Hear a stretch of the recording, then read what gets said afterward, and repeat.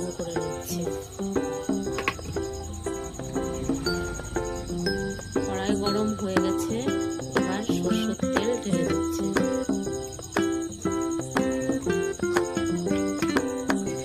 কড়াইয়ের তেল ভালো করে গরম করে নিয়েছি।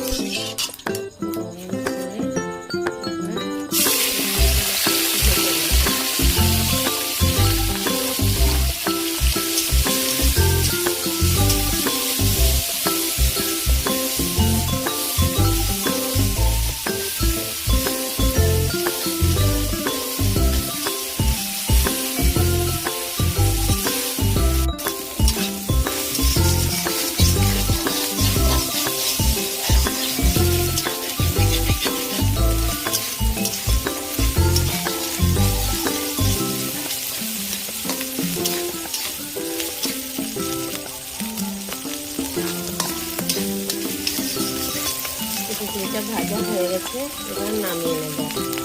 কড়াইয়ে আরেকটু তেল গরম করে নিই। তেল গরম করে নিয়ে শুকনো লঙ্কা আর জিরে ফোড়নে দিয়ে দিই। শুকনো লঙ্কা জিরে ফোড়নে দিয়ে এটাকে একটু ভালো করে গরম করে নিয়ে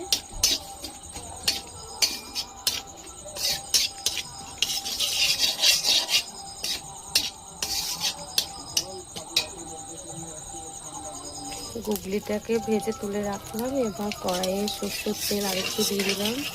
ফোড়নে শুকনো লঙ্কা